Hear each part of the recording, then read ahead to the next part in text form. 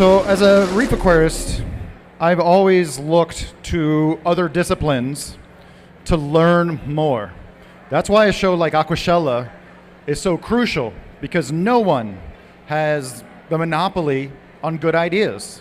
Not the freshwater guys, not the saltwater guys, not the reptile people, not the horticulture guys.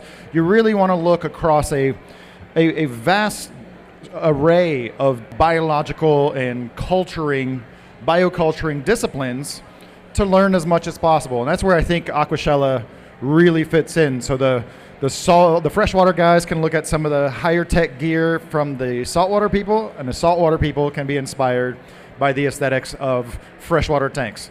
So who here has both fresh and saltwater tanks? Right, you know what I'm talking about, right? And I really enjoyed Than's talk right before me, because he said something that I feel like is really going to resonate with what I want to present to you today. The aquarium hobby, before social media, was really gregarious. Not even with the reef shows. We got together in reef clubs or aquarium clubs, and we visited other people's tanks. And that is one of the best ways to really expand your horizons, to just get different ideas, to start the gears turning. And so Than was talking about visiting other people's tanks.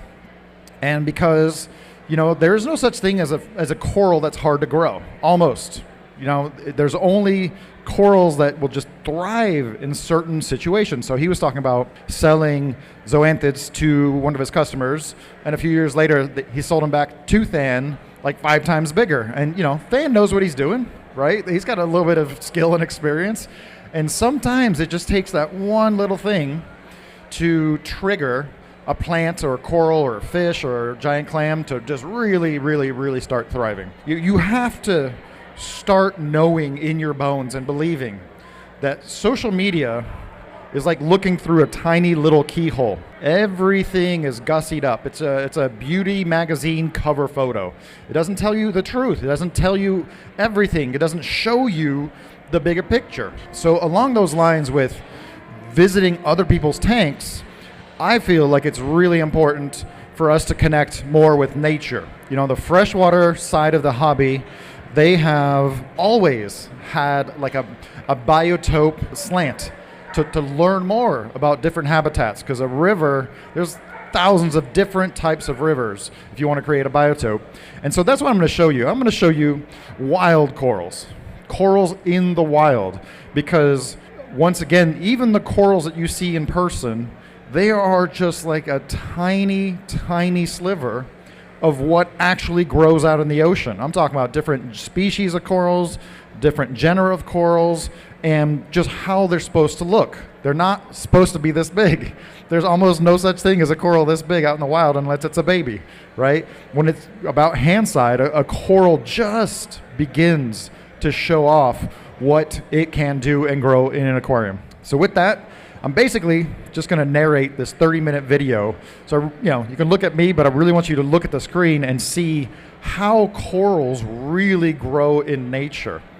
So we're going to start out in the shallows and then kind of go a little deeper and bringing it back. So I'm basically snorkeling here. I think this was in Solomon Islands.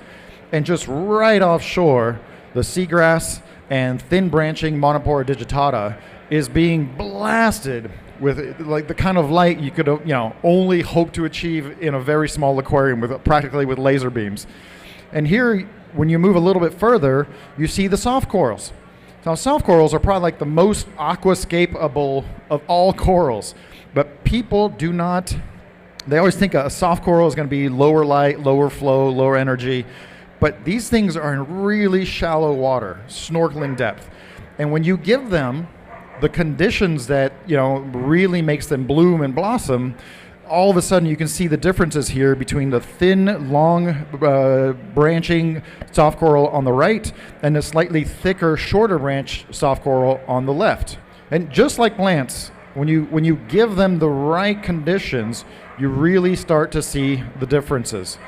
Here's a little cluster of slipper corals. These are called polyphilia. This is a very common, very hardy, almost indestructible species of coral. You can see how in this particular habitat, once again, we're still snorkeling, This coral is incredibly common, very hardy. And we have some super colorful Cycloceras in the aquarium hobby, different types of disc and fungid corals. But slipper corals just have really nice tentacle with like a little white tentacle tip, and they really flow well in the current. But because the hobby is so fixated right now on ultra color corals, I haven't seen a slipper coral in the aquarium hobby, I don't know, maybe like 5 years. This used to be a coral that you would go to any saltwater aquarium store before there were reef shops. You would find slipper corals growing everywhere, all the time. Right next to it, in the same shallow waters, some bright purple monopora, and then another weird soft coral that had grown so large that it basically like died out in the middle a little bit and turned into this giant like donut of soft coral. So this is a different group of soft corals here in the front. Those are the lobophytums. And this coral in the back, like I'm not even super sure what that is, but it's alive, and it is a coral, and it is photosynthetic. But that's the kind of coral that almost no one would ever want to aquaculture, because a small frag of it would just be a brown lump. But it's not until you grow it to about 3 or 4 feet across that you're like, wow, this is unlike anything I've ever seen before. It's been a long time since I've seen those guys. So strangely enough, there's generally a lot more soft corals in the shallows before you start getting into like the reef breakers or the reef crest. So here we're looking at a bunch of different Porites. And once again, Porites is a really common dominant coral in nature that is very underrepresented in the aquarium hobby. Part of that is because, once again, if you make a really small frag of it, it just doesn't look like much. If you take any of these plants that we love in the freshwater side of the hobby and you tissue culture it, they all look the same when they're about 1 inch long or 1 inch tall. And it's not until you get them bigger that you start to see what they're supposed to do. So the frags of the massive purple Porites there you see on the right and the one on the left are going to look very similar as frags. So I hope already, if you have reef tanks, you're starting to get a feel for how much we do not see or enjoy or experience in our home aquariums, because most of the consumer side of the hobby is just asking for those retina burning, eye-piercing colors that you see on Instagram under blue light and under with orange filters. But if you really appreciate nature, you're going to start to see that there's a ton, like a literal ton. Like the corals that you see out there probably represent no more than 5% of the diversity that is out in the ocean. So here we're getting just a little bit deeper, and you can see that these toadstool leathers that we keep in our aquariums, which are usually flat, look just like a perfect mushroom. When they get larger, the edge of the crown of the leather coral really starts folding up. And if you get it really happy, like a weeping willow leather coral, it starts transforming into something else. So from a frag to a small colony to a medium-sized colony to a jumbo colony. So I feel like there's a lot of low-hanging fruit when it comes to aquascaping a saltwater aquarium with soft corals. The juxtaposition of the crown toadstool there in the bottom and then the thick branch Sinularia on top, those are the kind of really dynamic, eye-catching contrasts that will make for a really beautiful, aesthetically pleasing reef tank. So when you get a little bit further, and in certain zones, you start getting into some of the SBS corals, right?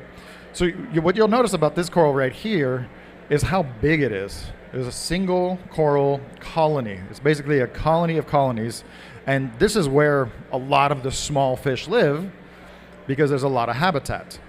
And within some of those habitats, you'll find these just tiny little sections that are just open where anemone has taken up residence, right? Anemones are really common on the reef. They're a lot more common than the aquarium hobby would lead you to believe. So this is the basic long tentacle anemone. And you can see from the ripples, this is still snorkeling depth, really shallow.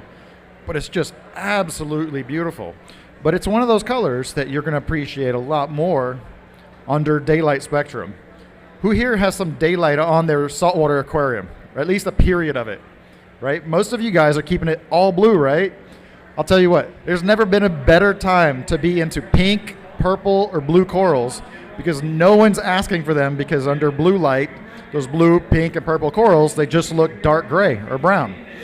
So when you keep some of these blue animals under bright white light, man, you start seeing colors that just are not represented out on the show floor right now. But yeah, I just wanted to show you kind of a variety of different anemones and some of the clownfish that live inside of them. And some forgotten aspects of marine ecology is that the very common domino damselfish is considered an anemone fish, right? If you crack open a book on anemone fish or clownfish, the domino damselfish will be included in that, because they're always kind of hovering around anemones. So if any of you have any interest in creating a anemone showcase aquarium, throw in some domino damselfish in there. They won't go in the anemone, but they'll swim around it. So this is a very interesting rare sight. This is a giant clam. So for those of you that don't know, I think there's 11 or 12 species of giant clams. This is the giant. So this clam is about 4.5 feet across. And what's cool about this clam is this is not a random clam sitting in the sand. This clam belongs to the village that lives along that beach.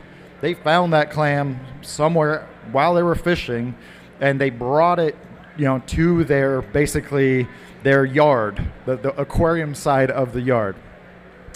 Here's a really, really interesting one. So if the video is a little choppy, that's because this was a reef channel that was coming from like the depths to the shallows, and it was going over this ridge. And this Aquapora monticulosa does not look anything like it's supposed to, because it's exposed to so much current. Like, I had to grab onto it and grab onto the rock. This coral is like 4 or 5 feet across. There's a Foster's hawkfish right there.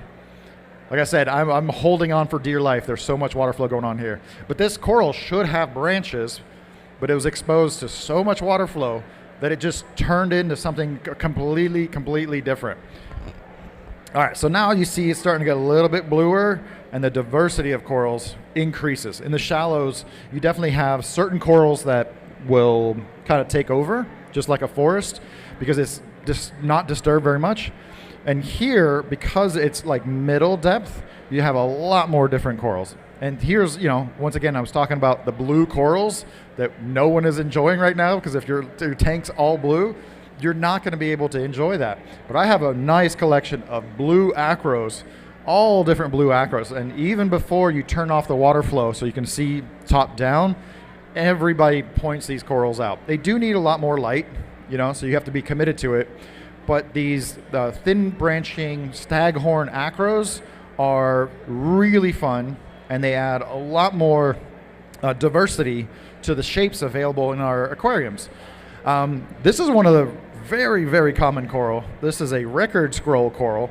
And, if you see a frag of this 1 inch long, you might say, that's kind of neat, that's kind of weird. It's not a colorful species by any measure, but the way it grows out, it looks just kind of like a record. That's why it's called the record scroll coral. And it just has these grooves all over. And it's quite surprising that this is one of the most common corals that you'll find at intermediate depth. And there's multiple species, but I don't think you'll even find a frag of it out there. So it's always really cool when I'm diving to see just a nice big colony of Pachyceras, super hardy, not really picky in terms of conditions. One thing I always love to do when I'm diving is find like the lonely Acropora and take some upskirt shots, so you can really appreciate the funky shape of it. But there's a bunch of corals that are not being propagated, because if you have a really bushy Acropora, like a Millipora or a tenuis or a Latistella, you get a lot of branches in a little spot, so it's really easy for a coral farmer to make a lot of frags from a small colony that's only 4 or 5 inches across. But if you have a table acro or a staghorn, you won't get nearly as many tips. So clove polyps, people think clove polyps, they just need really low light and really high nutrients, but here this is often how I see it. The clavularia just growing next to stony corals. So the big brown mass is a big lobe of parietes, and it's always fun to see clove polyps out in the wild. So this is a really bizarre one. I actually had to look it up for this video to put up some captions for you guys.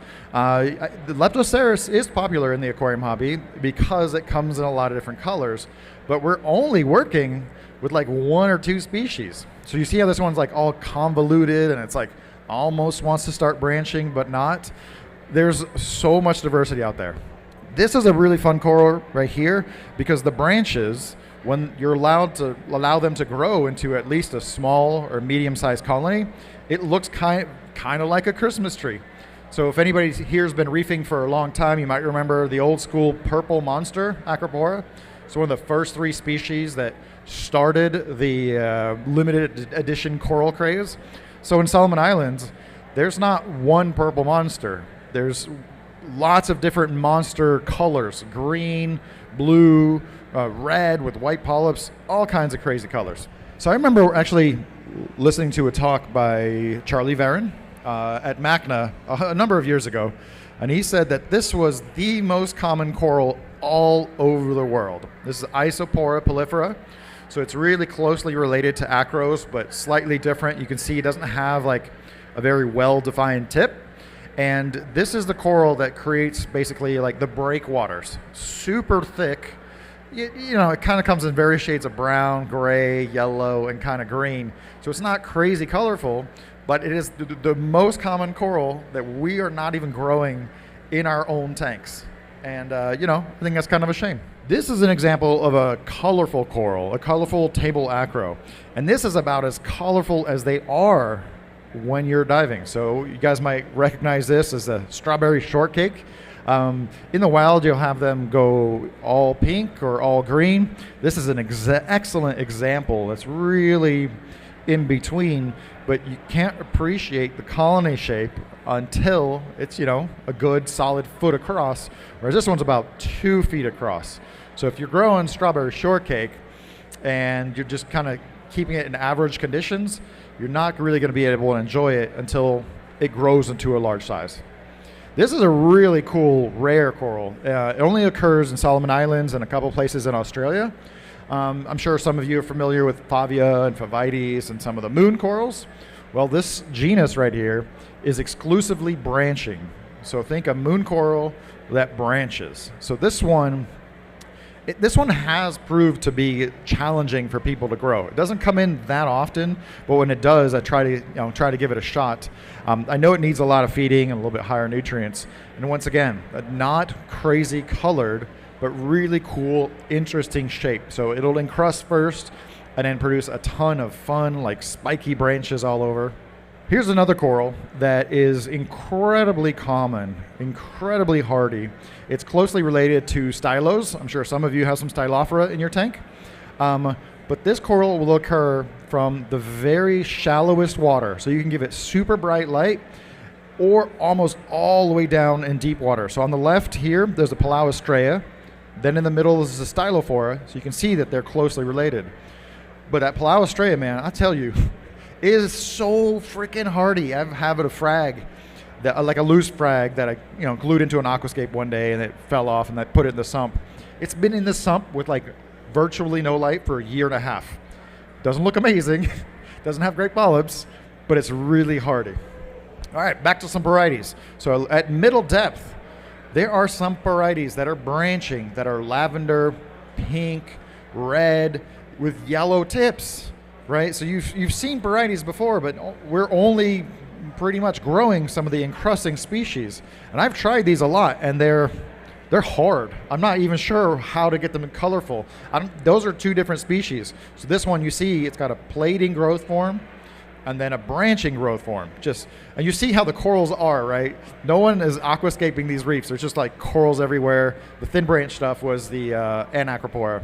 Here's another really common coral that you would think would grow in shallower water, but this is actually usually found, let's say, about 20 feet deep, and you always see like this pseudo table, right? It's not a super flat table. It's almost like a staghorn table. And this coral makes a home for a ton different corals. It's just has that staghorn shape. So if you grew a frag of this thing, even like 6 inches across, you would have no idea what it actually is until you got it about 2 to 3 feet long, and would really show off what it can do. All right, this is something that I do when I'm diving all the time. Like, my aquarist heart cannot just leave things as they are, because corals fall on top of each other all the time. I'm always like just kind of moving a little bit of sponge aside, move a little algae aside. So there, just took a piece of Pachyceras off of that coral. This is one of my favorite corals just because it looks like the hexagon honeycomb shape pattern. It's actually really common out in the wild. I've seen it in the aquarium hobby about 2 or 3 times in 20 years. Once again, like, not crazy colors, but just really fun, awesome shape. I've actually seen this coral grown in Hawaii aquarium and in South Africa, where it grew as flat plates with a honeycomb cell structure. So imagine a cap with like crazy honeycomb shape pattern. Once again, not crazy colored, but really, really fun. This looks like a stony coral from far, but it's actually a leather coral, right? Once again, if you had a very small frag of this, you would have no idea what it actually is. But when you see them in the wild, they're like a foot tall and 2 feet across. It just really makes an impression. Imagine this coral all by itself in a 3 by 4 foot tank. It would make an awesome display. Here's another coral that I'm on the lookout for right now. It's called a helmet coral, and it always looks like this. Always has multi-mouths. So this is related to disc corals, if you couldn't tell. Always has multiple mouths, bright white mouths, nice purple rim. But if you take that coral and put it in aquarium conditions, the face of it is almost always yellow-green. Very hardy, beautiful coral. Here's a large colony of Acropora caroliniana. I think caroliniana is on some people's radar, but very few people have any clue that it grows into this beautiful, beautiful bottle brush shape. It actually prefers lower light, so this is probably about 30 to 40 feet deep. And I love the way it hangs off a rock, just like a perfect little shelf. Galaxia. There's some galaxias that are starting to make, some rounds in the reef aquarium hobby, but this is a branching galaxia. These have started to get noticed, but all the frags are really small, like 1 or 2 inches long. But galaxia is actually a close relative of Euphyllia. Who's got some Euphyllia in their tank? I know you do.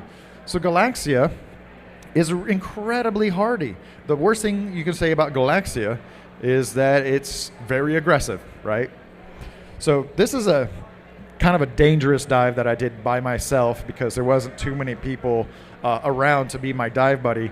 But this is me basically swimming towards the reef ledge.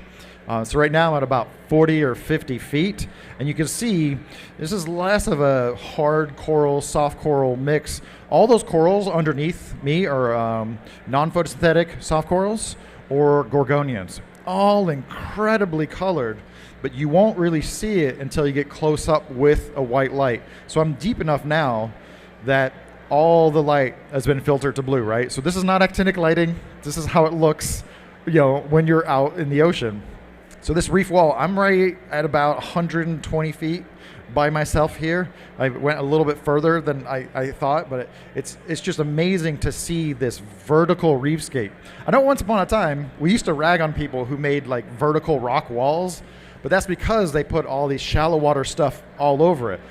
So I still think there's like a lot of room for aquascaping for us to make these vertical rock walls and then use the right animals that correspond to that habitat. So you saw I just turned on an extra light to see these corals a little bit better. I think my battery is dying or something, and that's why it's like flickering on and off. But in the blue light on the left side, you can see there's just like, it's just purple blue. Everything's purple blue. But when you shine a light on it, everything is covered with corals. Even that brown stuff on the right is a bunch of parietes. So here's a mixture of Dendronephthia and Scleronephthia. Unfortunately, we don't really know how to grow some of these non-photosynthetic soft corals very well. We can keep them around for a while, but they don't grow the way they do in nature.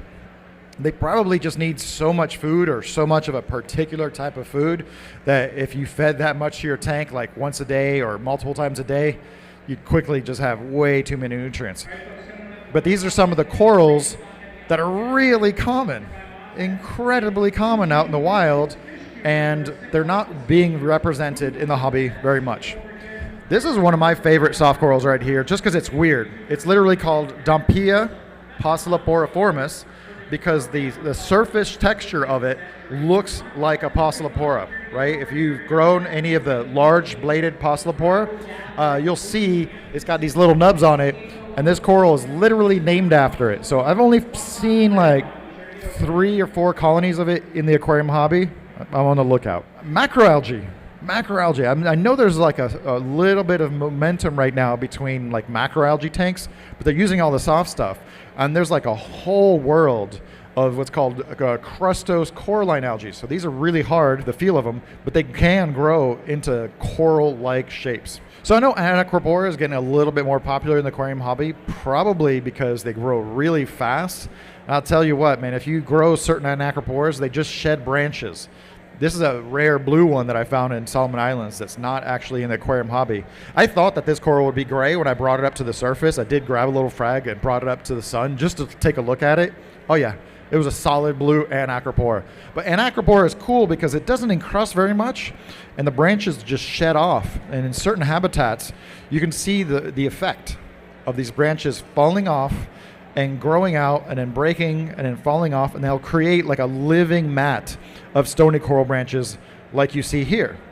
But this coral right here is analogous, comes from the same habitat. There's a very thin branching Leptoceras. I'm sure some of you are familiar with Leptoceras, but you may not know there's a few different branching species. And you see here, as it breaks off, it just keeps growing and it breaks off and it keeps growing, like a lot of plants, and it just creates this living mat of like contorted, fun coral branches.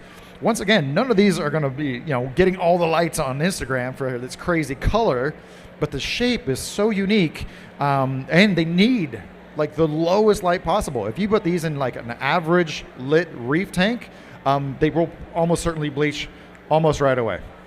So I don't know about you guys, but I've seen enough Millipora and tenuis to like last a lifetime. And I love the Deepwater style Acros. I'm trying to change their names from Deepwater to Naked because there's almost no coralites along the entire branch. But just looking at this coral, you can see the potential that it might demonstrate when you keep it in a reef aquarium setting. It's got this beautiful pink branches, green interior, and just a smooth shape that is just unlike anything we see. Here's another example of the Pachyceras. Once again, not crazy color, but just a really cool texture that, even in a normal, contemporary, modern reef aquarium, if you had a small colony of this that was doing really well, no one would point out your crazy colored corals. They would be like, what is that crazy, weird, ridged coral? Super, super hardy. So are you guys getting a feel like you've been cheated yet? You've been cheated out like of some coral diversity out in the ocean? Incredible. This is kind of cool because I have not seen any verifiable colonies of what's called short tentacle goni. Short tentacle goni is in its own genus called Bernardpora. And, you might be familiar with like little tiny 1-inch genetic samples or, a little bit of incrustations, but give it some time and it'll start giving you a ton of different shapes. Here's a coral that I actually have because I collected it myself. It's branching Echinopora. So if you got some sprung stunner or Hollywood chalice coral, there's actually a couple species of Echinopora that are branching. So it's not crazy colorful. When I keep it in very bright light, it's yellowish. When I keep it in lower light, it's kind of steel bluish. Now, a branching Cyphastria is a lot more popular in the reef aquarium hobby. We've got a few different strains, and in certain habitats, you see the branching Cyphastria growing kind of like next to the Anacropora. But in shallow water, man, this Cyphastria just turns into an acro, basically, right? Who wouldn't think that this was an acro from about 5 to 10 feet away? It has nothing to do with Acropora. This is a branching Cyphastria. I'm not sure what color this would be if you put it in a home aquarium, but Pectinia, again, there's a lot of different species of Pectinia. This is one that I would say is like almost unsuitable for home aquariums because it grows these valleys that are like 3 to 4 inches deep. Just crazy, crazy grooves. This is one of those corals that would be really fun to have in like a dedicated aquarium. Once again, kind of lacking in the coloration department, but just a shape and texture that's just unlike anything we see or experience in the reef aquarium hobby. And that colony is probably like 6 feet tall. This is a coral that'll probably get more people's attention. So this is a wild colony of Aquaphora speciosa. We've seen some speciosas being harvested and collected in Malaysia recently and kind of like northern Indonesia. And you might see some little sticks and see some of the feathers, but when you see the way that these branches kind of played out and then they start to overlap and they create like a staircase going down this gradual reef slope, you'll see that there's just so much that we're not yet incorporating into our tanks. Most of the bottle brush acros we have in our aquariums are not recognizable as bottle brush because we're just not growing them big enough. This is not a mother colony of anything. Let's just put it that way. This is not enough of almost any coral to really know what that coral is going to do. I spent a lot of time filming this particular stand of Aquaphora speciosa because I've never seen one before. I've seen small colonies that, maybe 6 inches across, 10 inches across. So this was a rare encounter with like a big stand of one of the most beautiful corals. This coral does occur in a lot of different colors. The most common color of this looks just like Australian Acropora echinata. So bright white, very light brown base with bright blue tips.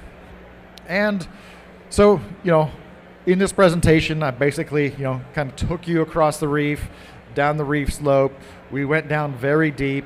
Now we're coming back a little bit more shallow, just to show you, the most classic image of a reef aquarium, with a nice purple carpet anemone and true percula clownfish. I hope this presentation has just jarred you into realizing that we're kind of being stiffed when it comes to the coral diversity that is offered to us. I really urge, not all of you, but some of you, to get a book. Get a book on coral identification and classification, because there's just so much diversity and richness that's completely lacking from the reef aquarium hobby. Over the last 15 to 20 years, we've seen so much growth in people who keep reef tanks, but we've also seen a massive decline in the number of corals, in the diversity of corals that we keep in our tanks, because everything has been commoditized. If it doesn't get the likes on social media, no one is really looking for it, So I challenge some of you to go out and check out the coral vendors and try to find something different. Try to find something you've never seen before, or you don't know what it's gonna do, you don't know how it's gonna grow. Just pick up something different, especially if you don't know the name.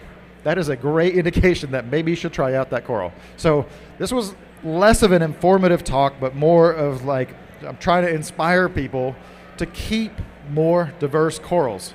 There's a lot of conversation right now about what's happening with corals in the wild and how our home aquariums can be an ark, a living ark of different coral species. A lot of people know that reefs are not doing very well right now, and in 10 to 20 years, they could be in serious trouble.